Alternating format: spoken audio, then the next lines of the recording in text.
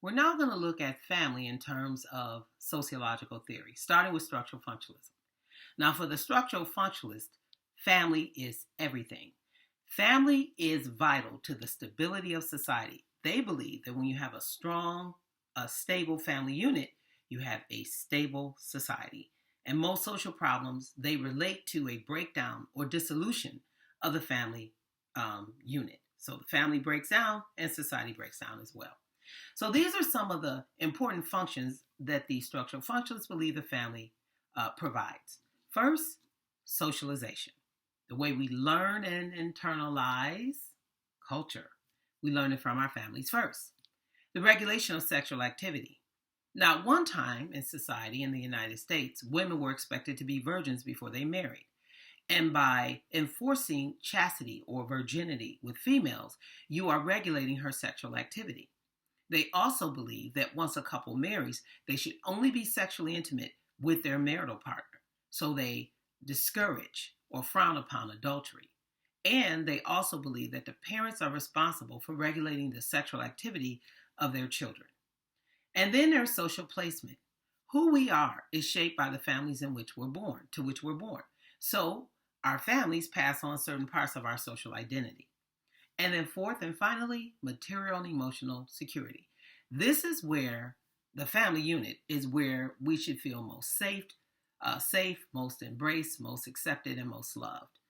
It should be the place where we find protection and acceptance. But we know in a lot of families, people do struggle with abuse and violence. So unfortunately, not all families follow the structural functional model of what a stable family is. So now let's look at conflict theory. Now, the conflict theory on family was written by Friedrich Engels, who was the theoretical partner of Karl Marx. So it has a feminist critique of the family unit.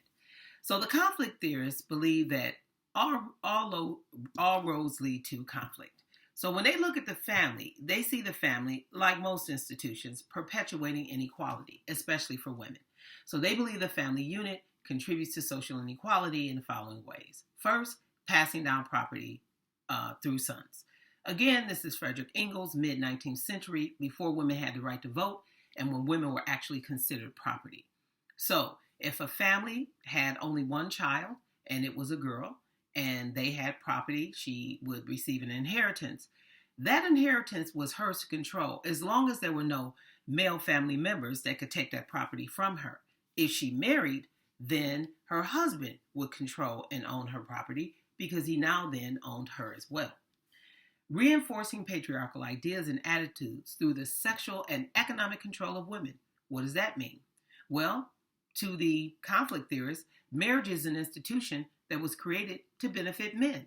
So when women are required to be virgins before they marry, and once married, economically dependent on their husbands, you're controlling both her body and you're controlling her economically.